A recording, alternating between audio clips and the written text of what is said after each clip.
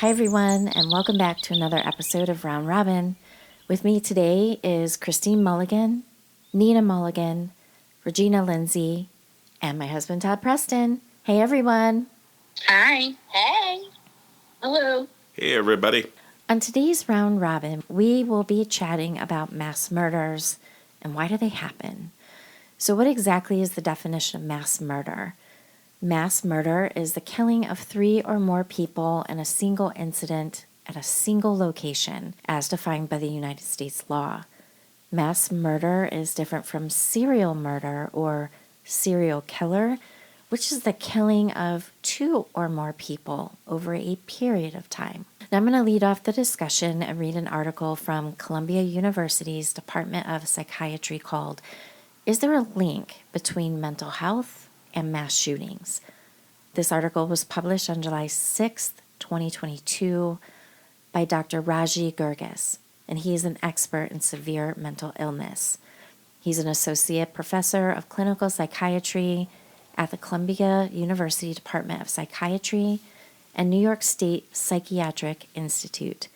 He is an expert in severe mental illness and in particular schizophrenia, with a focus on brain imaging as well as development experimental treatments in individuals with early psychosis.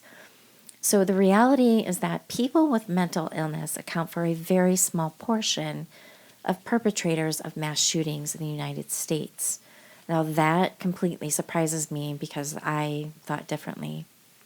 In 2021, Dr. Gurgis authored the first report of mass shootings using the Columbia Mass Murder Database, also called CMMD, examines the relationships between serious mental illness and mass shootings. The public tends to link serious mental illnesses like schizophrenia or psychotic disorders with violence and mass shootings, but serious mental illness, specifically psychosis, is not a key factor in mass shootings or other types of mass murder.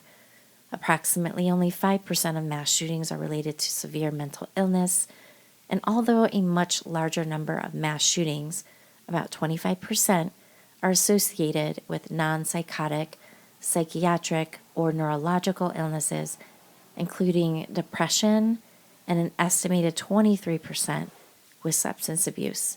In most cases, these conditions are incidental. Now, they have the Columbia database is compiled with researchers from the New York State Psychiatric Institute and Columbia University Irvine Medical Center.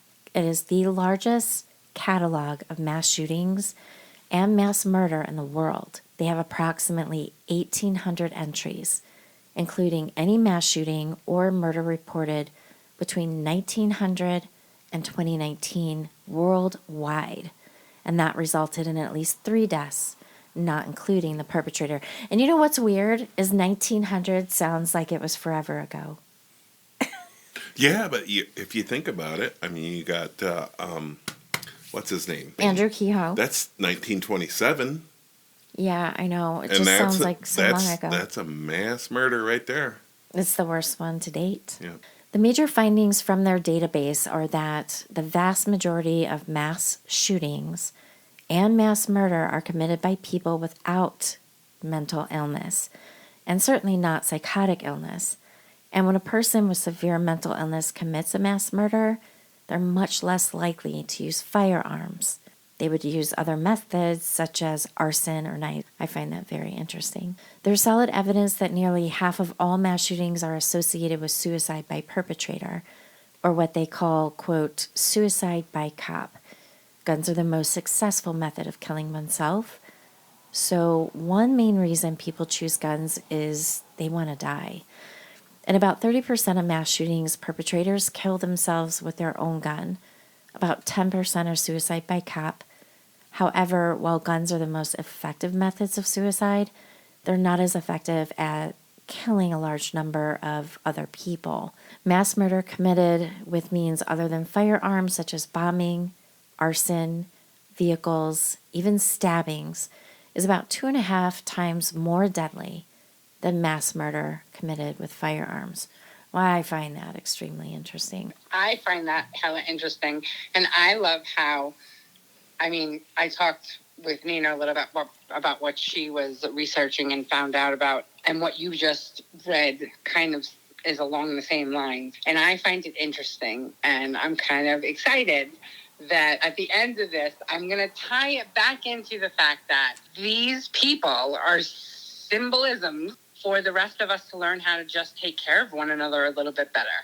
Because it's not about mental illness, and it's not about sociopathology. It's about regular people just feeling traumatized in one way, shape, or form. And I just find it hella interesting.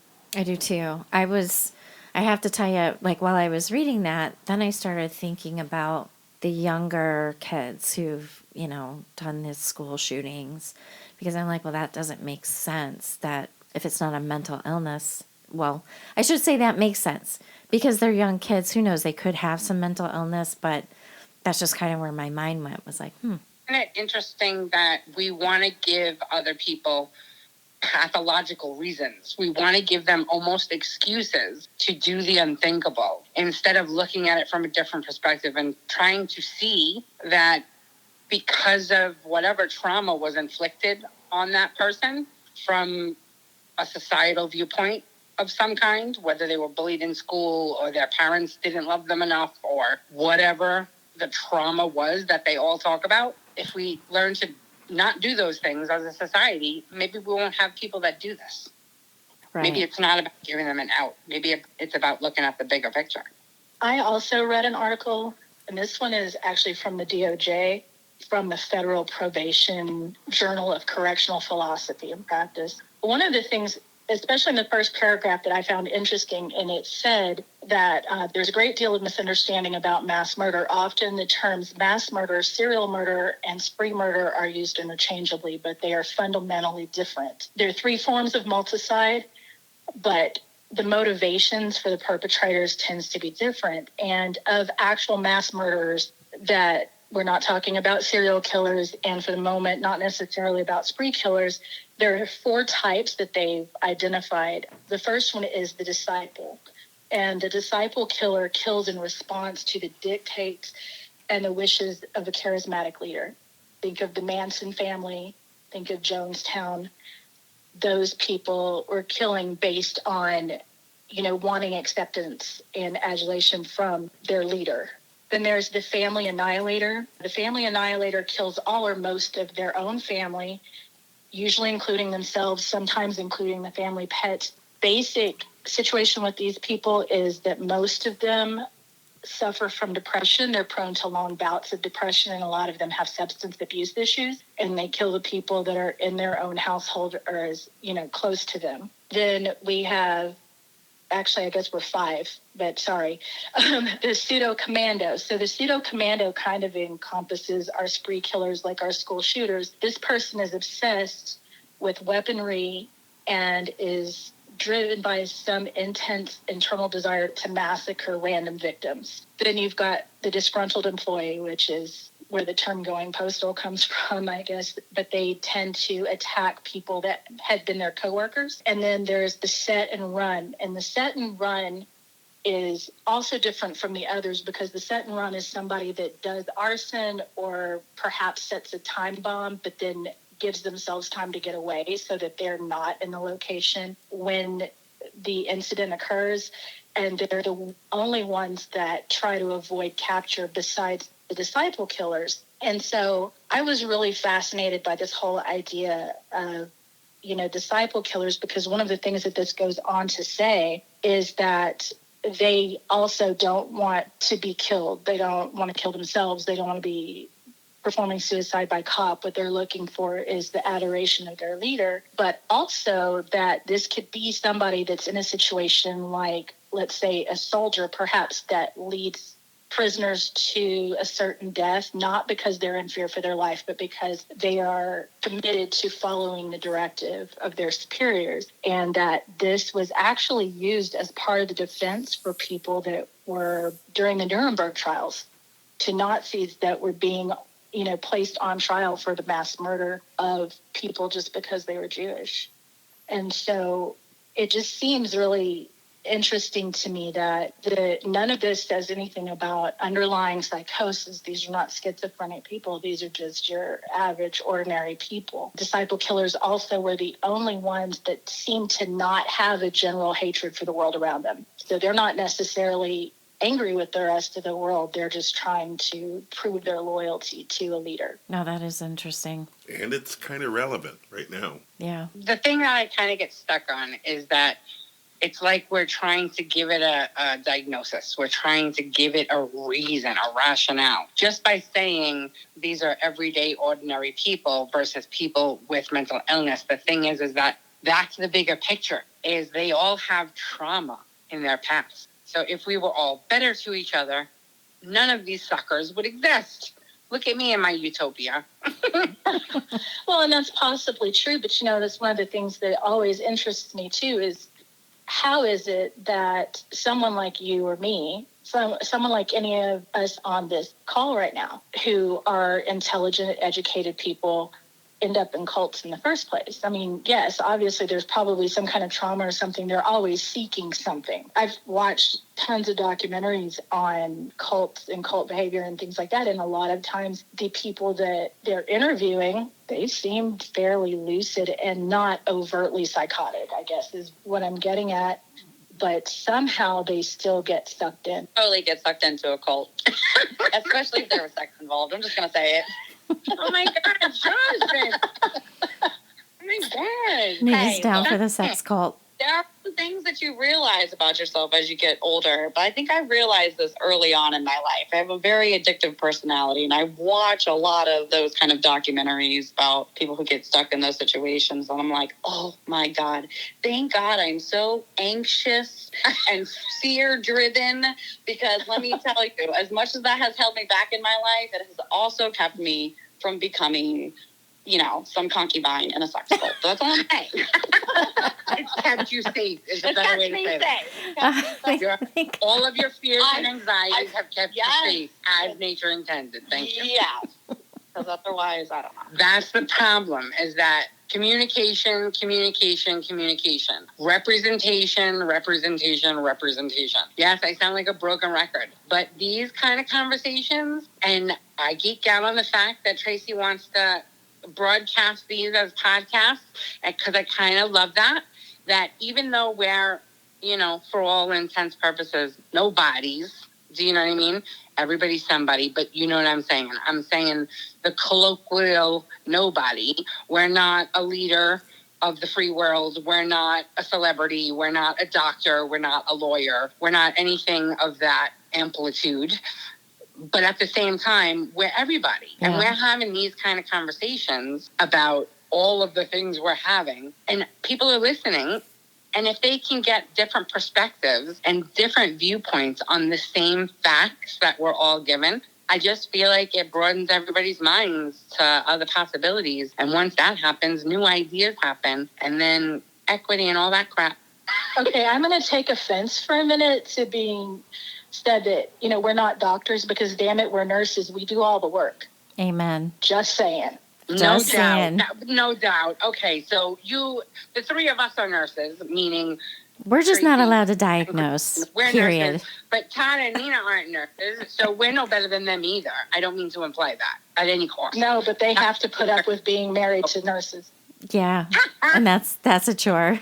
I don't mind. I can go, hey, babe, what's this weird thing going on? And she knows. Right, but we can ruin your dinner in about 5 seconds. Yeah, remember who feeds you. And frequently will.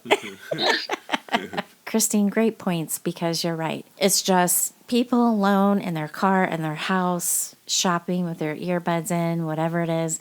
And if they're giving a listen, that's great. And it's a place where you can just listen. There's no finger pointing. We're just trying to figure things out. And the more humans learn about humans, you're right, Christine, there could be a utopia. I don't think we'll ever all get along, but just people being more open and understanding and listening and learning. Exactly. Curiosity. Come at everything with curiosity and no judgment, because no one thing is better than the other. So without judgment and just being curious to see the other perspectives, it broadens your horizons. Agreed. Every day is a learning opportunity to be better, right? And I agree with you, Tracy. There's never going to be, air quotes here, world peace, because everyone's idea of peace is everyone else doing things their way. Right. And it's just not going to happen. But maybe we can seek to understand each other and to find ways to cooperate better. Agreed. Well said. Okay, well, I read an article from the American Psychological Association, and it's actually a podcast transcript from a podcast done with Jillian Peterson. She's a PhD, so just a quick background on her. She's an associate professor of criminology and criminal justice at Hamline University. Preston has a master's degree and PhD in psychology and social behavior from the University of California, Irvine, and a bachelor's degree in sociology from Grinnell. Prior to graduate school, she worked as a special investigator in New York City, researching the life histories of men facing the death penalty for their sentencing hearings. Peterson was also the principal investigator on a 3-year grant from the U.S. Department of Justice, focused on understanding the life histories of mass shooters. She and a team of Hamline students built a comprehensive database of every mass shooter since 1966, which has impacted national policy and received global media attention. Okay, so just a little bit about her credentials. And so if anybody wants to go and look this up, it's on apa.org. Can I just ask you a quick question? Is this Yeah. is this the lady who's on ID, Discovery ID? Doesn't she host a show? All right, it says she's been on the CBS Morning News, National Public Radio, Fox News, and CNN. Her areas of expertise includes forensic psychology, mental illness, and the justice systems, violence prevention, and data-driven public policy. Yeah, it's her. This is cool. Great article. Fine. I'm excited to hear what you have to say. Okay, so you know all about her, and as I was reading today, it was just super interesting because I think we're all under the assumption that in order for somebody to do such a heinous thing as to go into public and, kill multiple people at one time, that there must be an illness. But in this particular article, she does state that that is, in fact, not true, and that only about 10% of mass shootings are done by people with psychosis. She does say that in 2017, 18, and 19 were the worst incidences on record, and that the only reason that it didn't get worse in 2020 and 2021 was basically because of the pandemic. But we're starting to see an uptick in that. And I was watching a video earlier where someone was stating there's been 37 mass shootings since July 1st. Just since July 1st. But not in total for America. Oh, okay. Worldwide.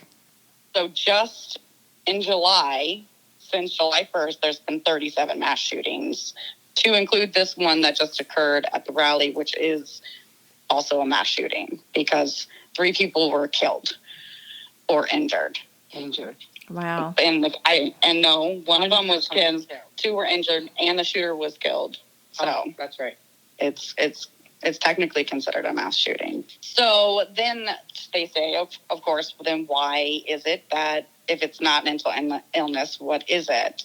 They did say that 98% of their database are men. There's 4 women in the database, and 2 of them perpetrated their shooting with men. So we can accurately say that mass shootings on a whole are done by men, not women. Sorry. Regina was also correct in that there are different types. And I believe that she is actually the one that may have co-authored what Regina was speaking about when they were talking about the different types of shooters. Most of them, they say, at some point had been abused when they were younger, either sexually, physically, or mentally. They had an upbringing that made them feel unsafe.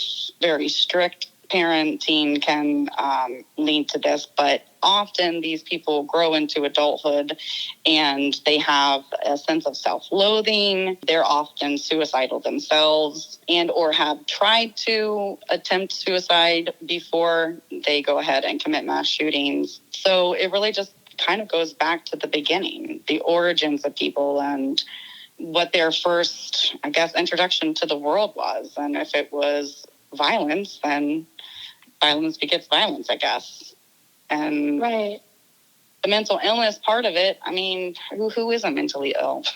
It's just to which degree you are mentally ill, right? And I feel like sometimes people will end up, kind of using that as an excuse as kind of like a catch-all. But I mean, in reality, who is in their right mind when they're committing a crime? So by that definition, aren't we all crazy? Then we should never punish anybody? No, that's ridiculous. You're right, but that's interesting too, because it kind of ties into one of the things that was said in this article that I was talking about. So you're talking about people who were raised in a home where they didn't feel safe, or they didn't feel heard, or they felt invisible, because one of the reasons that it gives for the mass murderers is, in particular, the ones that are situational, like a shooter, is that usually they have an agenda. So they want to bring attention to a certain topic that they feel like is important.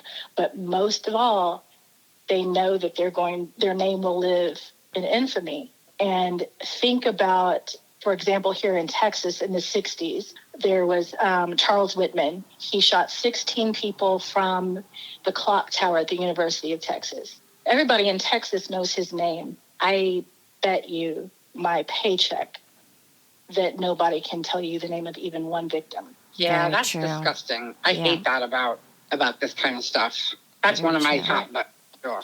Right, but I think it's again, like, men who feel emasculated or impotent in some way, that are trying to assert themselves and trying to be remembered for something, even if it's something horrible. Agreed. Todd, what do you have?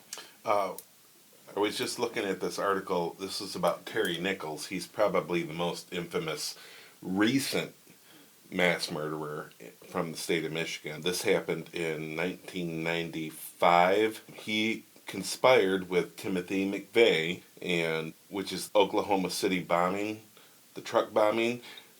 So Terry Nichols was from Lapeer, Michigan. But this ties right into what Regina was saying, because McVeigh was the mastermind behind all this, and Nichols wanted to do whatever to make him... Like, he was a good boy. Yeah. Won't you be proud of me? Yeah. So they had actually been conspiring to do this between the years of 94 and 95.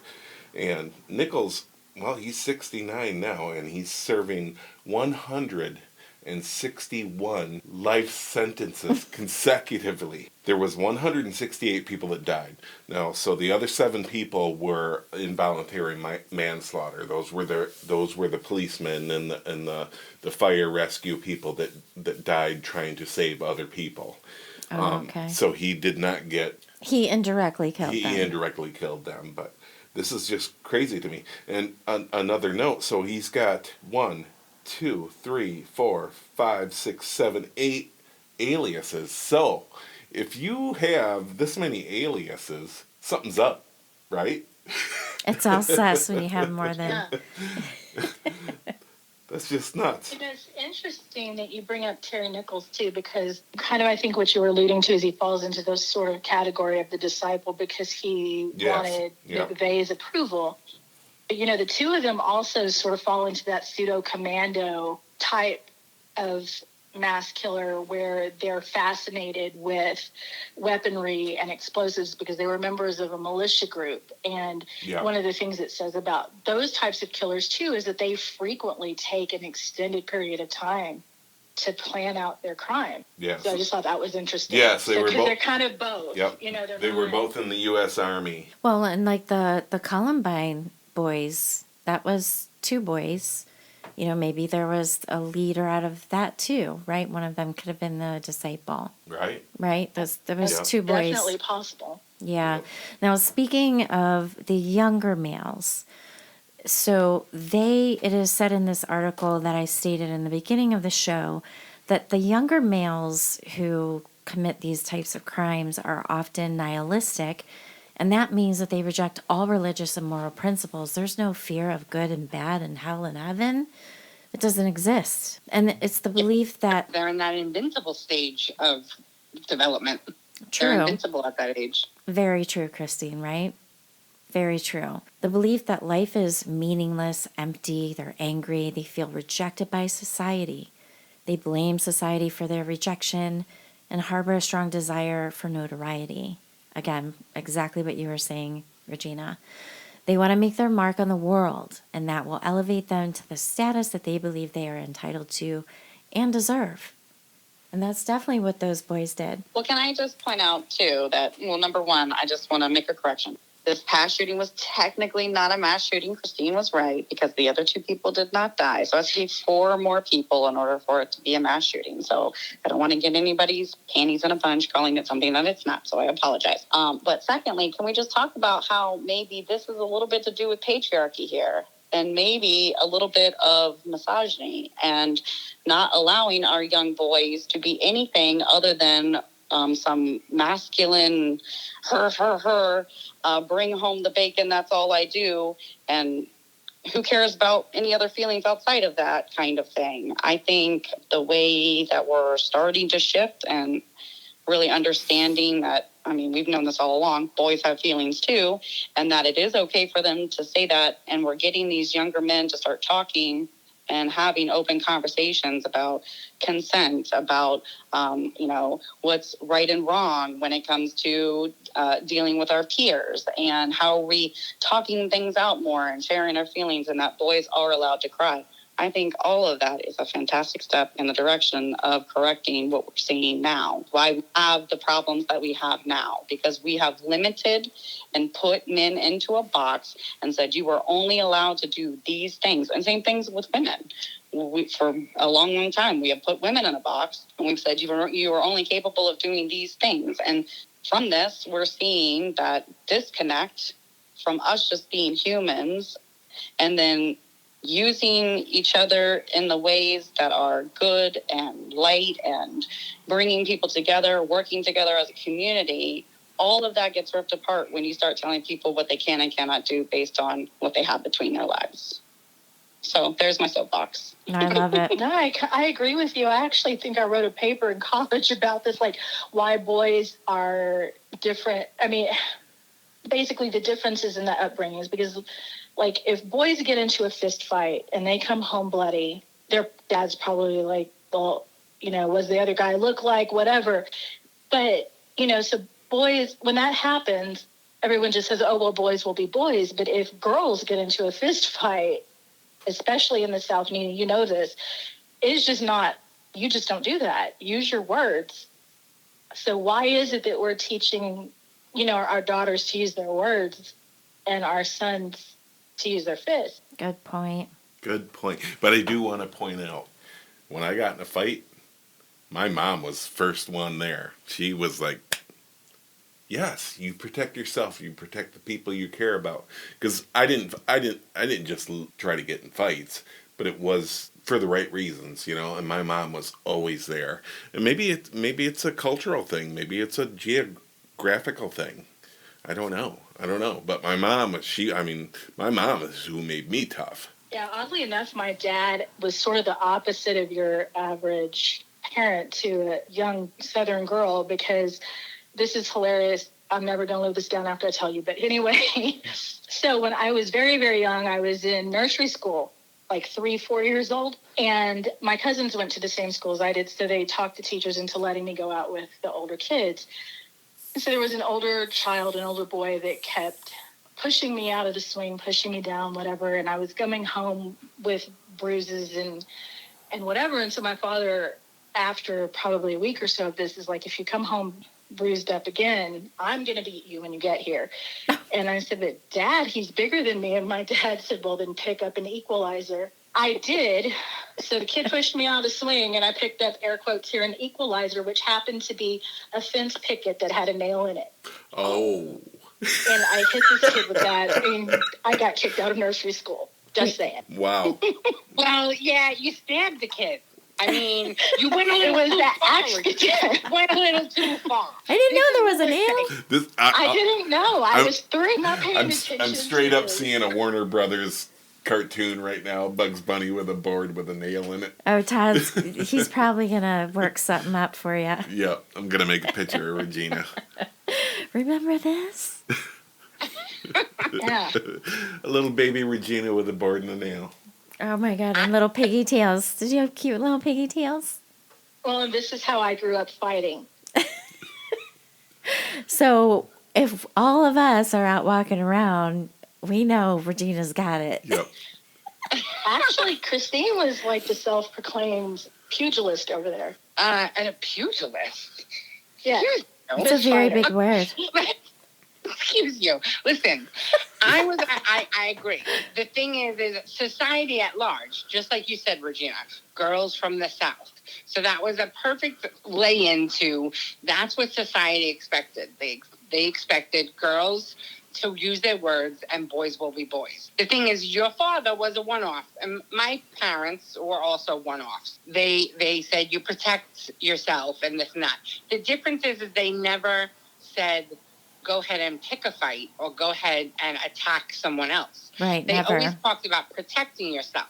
Mm-hmm. And they were preparing us for a world where we would need to be able to. The big thing about that is looking at different perspectives and seeing all these problems that we're coming up with in the world and people that are being bred through our societal ways that have trauma in their lives from not being able to defend themselves in one way or another, being traumatized by something at the hands of others. They do these things like mass shooting, and they don't necessarily have to be diagnosed with a mental illness, which you have all said through your articles. It says that they normally don't have mental illness. Like Regina said, as society deems it, everyday people, meaning not mental illness. The bigger picture is that we're all everyday people. We all have a touch of something. And if we are... Let's face it, under the right circumstances, we're all killers. Exactly. Agreed.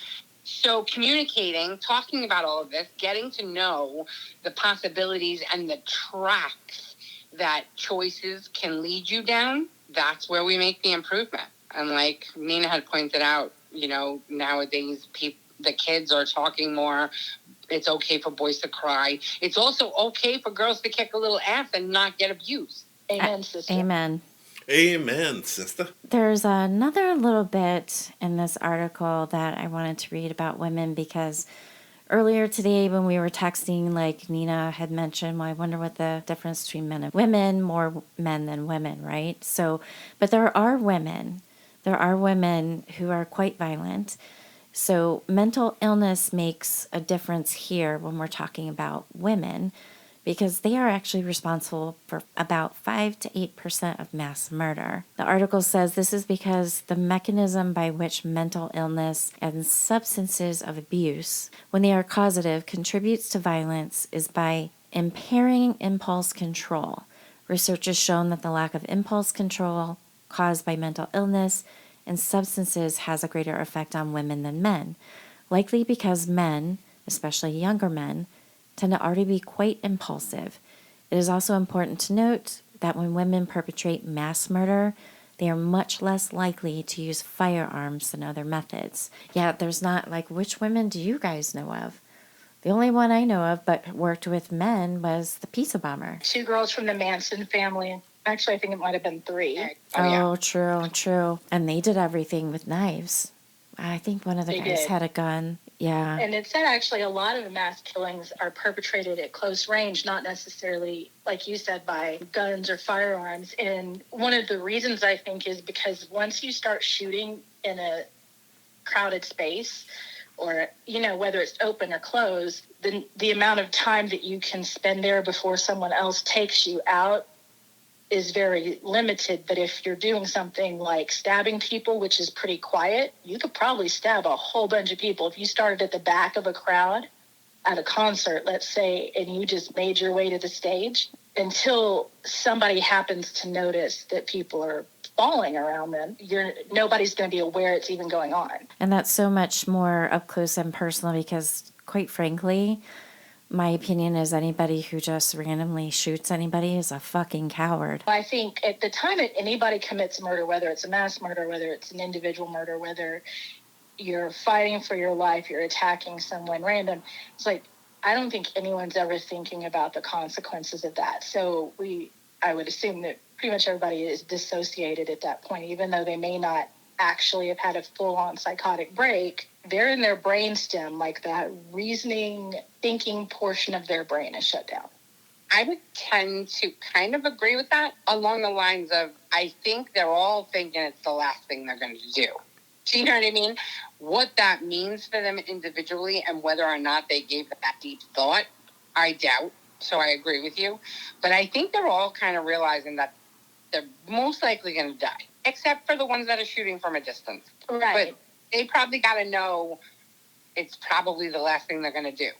They don't think they're going to die while they're doing it, but I'm pretty sure they're still on board with it's the last thing they're going to do. They always say goodbye to all their people and stuff usually beforehand. Like they leave a note or some crap. And, one of the things about the shooters and actually not most, but like I think Tracy was saying, something around 30 to 35% of those go to wherever they commit their crime with the intent that they are either going to commit suicide or force law enforcement to shoot them. Yeah, definitely. I would agree with that. So here's a question for you guys. Who do you think plays a role? Like, do you guys really think that movies and TV and video games and all those things, do you think those play a role in violence, especially younger kids, teenagers? I mean, I can watch that kind of stuff and I like that kind of stuff, but it doesn't make me want to kill somebody. No, it doesn't. But I think, okay, so it's a little bit of a lot of things. You see the violence on television and it desensitizes you to it. And additionally, in an immature brain, I think on some level, they don't understand the permanence of taking someone's life. And then, yeah, I do think that not necessarily video games or whatever in and of themselves. It's a substance. It's a substance that's abused. So depending on how much they're engaged and they're identifying with the video game maybe makes a difference. And then, social media bullying, yeah, those things are huge, especially for younger people that don't remember a world where there wasn't social media. I remember, at one point, my daughter in high school had broken her phone, and I didn't replace it with another smartphone right away because it was probably the second or third one that had been broken. So she had just a phone that didn't have the ability to get on social media. And, about a weekend, she came to me and she's like, Mom, I'm so much less depressed because it's like you're seeing the best 2% of everyone's lives on social media, right? Let's be honest. Mm-hmm. So most kids are like, now they're comparing themselves to that. Well, why don't I have that? Why am I not enjoying that? Why wasn't I invited to that party? Or get a little bit older and you have kids and it's like, why does my friend always seem like they're totally happy and like their child's never screaming and having colic at 4 a.m.? You know what I mean? So that, I think, makes younger people more susceptible to it because they're more susceptible to input from everywhere. Like they can't filter it out. And that's what they're doing nonstop. Right? They're constantly on social media. Right. And then they don't realize that if they would just get off of it, whatever, they'd be happier. Take a break. That's interesting. I mean, I get it. It all makes sense. But you got to see it. So did you see a change in your daughter's, demeanor? Yeah, I did, and it was interesting because also, obviously her grades got better and all that because, teenagers, they can tell you that they didn't have time to do something, but there was always time to be on social media or texting. It's just, what parents deal with today. But, yeah, because, she's not being judged constantly on if she posts the photo. Nobody's making snarky comments. Or she's not comparing, I don't know, where she's going for summer vacation to where her friend is, in Europe with their parents and thinking that she's missing out on something. Minus that comparison and that feeling of always being less than or being inadequate. And then young men in particular with hormones raging and young men that tend to be into video games and things like that, they're probably not having a lot of luck with girls. And then I think they call them incels. Have you guys heard that term? They don't have luck with women, so then they get angry and they take their hostility out on everybody. Right, because they don't fit that mold like Christine was saying. I think it was Christine or Nina, right? The mold is, you're going to grow up, you're going to be a big, strong football player, you're going to be handsome, and you know what I mean, following the track. And then you have people just aren't built that way. We're all different. Yeah. That societal standard needs to go away. There need to be no standard. We all recognize that we all do things differently and respectfully the same. Like, you do you, I'll do me, and no judgment, just curiosity. If it piques your curiosity, ask questions, get your answers, and keep it moving. You know what I mean? That's the problem with social media. So I'm sorry, to go back to what Regina was saying. So do you now, are you going to now regulate her access to the internet? She's 28, so probably not. But no, she can do what she wants to do. I didn't, but, we did have some times when there was just no phone, and I did put parental controls on it so that she only had access during certain hours. So yeah, I guess that was going around the world to say yes. I guess I did limit her access after that. That's a great idea. And I remember reading something like years ago. It's like, take an hour out of your day and just put your phone in a drawer. Just put it in your drawer and walk away. Sounds like a pretty difficult thing to do. Well, I just wanted to touch on the point. You brought up a lot of different points that could lead to this kind of behavior, and I think it's kind of all of them. And with the right mixture or wrong mixture with everybody, we're all our own ingredients. Those things coupled with the ingredients of the individuals out there could cause any of this to happen to anybody. All those factors make sense. And if there's multiple and it's the right mixture for the wrong person, that's when you're going to get it. It's a mass murder cocktail. Yep, exactly. I think too, was just in here thinking, I do think that kids should be limited in what they watch growing up. With that said, I don't know if it's any worse or better now.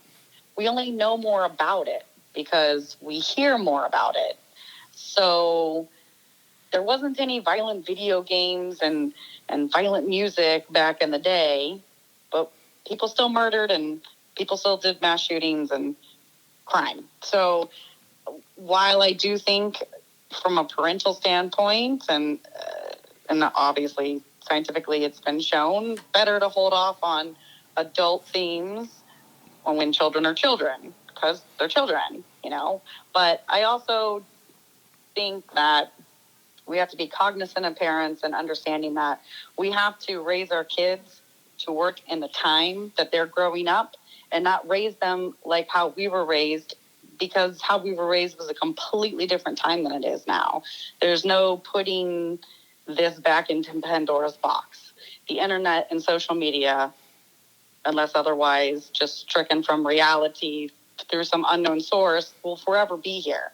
So we really need to be teaching these kids, girls and boys, how to use the internet, how to present themselves, the ramifications, what to do, what not to do, and prepare them for what they're going to have to deal with once they leave the nest. I mean, shelter them to an extent, but sheltering them too much, I think, it doesn't give them the tools that they're going to need to work into the reality fabric of society. I absolutely agree with all of that, Nina. Because we do that with Emily. We're like, no. You don't give them details. You don't tell people ever where you live, what city you're in, this, that. None of that. And here's why. There's, all kinds of horrible. That's the new version of teaching them how to fist fight. Yeah, right. That's the version of that.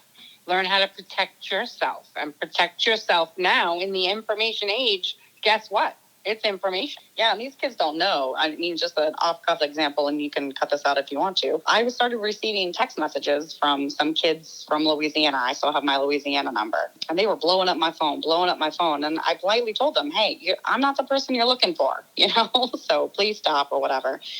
We happened to be on vacation, and they kept trying to FaceTime me, call me over and over and over again. So I just finally put my phone on airplane mode. Once I got done doing what we were doing, I went back and I looked. These kids, I had their names, I had pictures of them, I had their Apple accounts. Some of them I had their information, their email address. I mean, it was scary. And I wrote them. I said, hey, look, this, you're lucky that I'm not a person that wants to hurt you. Because just from this, I've been able to look you up here. You've given me enough information to do a background check and find out where you live and who your parents are. I've got pictures of you. I've now found your social media pages. I said, it doesn't take much for these people to find you. Stop doing what you're doing. Be safe. be better. So I hope they took my advice, but, kids just don't really understand the dangers, and we have to teach them what they are. Did they leave you alone? They did after that, yeah. I think they probably learned their lesson. They probably all pooped their pants a little bit. They're like, oh my God, she knows my parents. I was nice but firm, but I really was kind of worried for these kids because they just weren't getting the hint, and I'm guessing they thought that my number was probably someone from their school. They were in middle school, so I'm sure they thought that they were pranking somebody and trying to be mean because they were saying all sorts of really nasty things to whoever they thought I was. So I kind of scolded them about that as well. Atta girl. It takes a village, even if you don't know who it is. Exactly. Absolutely. All right, guys. Well, I think that was a great round robin. I think so, too. I know I learned something. I learned a few things. I did. We got some smart-ass bitches up in this robin's nest. You're a bunch of smart-ass bitches. Okay. Both one word and two words. I got some smart ass bitches in this place. No, when I say smart ass, I mean bitches smart in this place. ass bitches. You guys are all intelligent. It's fucking awesome. Are we I wise love guys being in this or Are group. we wise gals? We're just wise. You're all. We've earned it. We've earned it. All Okay, right. but listen, still from my utopian soapbox, I feel like the bigger macro picture is be better, people. Be better to each other. Stop with the judgments. Stop with the responsive negativity. Be in charge of your own happiness and be nicer to each other for their happiness. Everybody's going through their own hell. Or we could just change the gun laws and only women can have guns. Oh, God. Apparently, we're not the ones shooting people. So there you go. There you go. World peace. Give us your guns. Only women can have guns. Well said, Nina. Well said. And I think that's a good place to end this podcast. It was super fun. It was a great topic. And again, I learned a lot. Thank you, ladies. Thank you so much. Thank you, everyone. And we will see you next week on Malice Monday. Have a great week, everyone. Hey, thanks, everybody, for listening. Come back next week. Bye. Bye. Bye. See ya.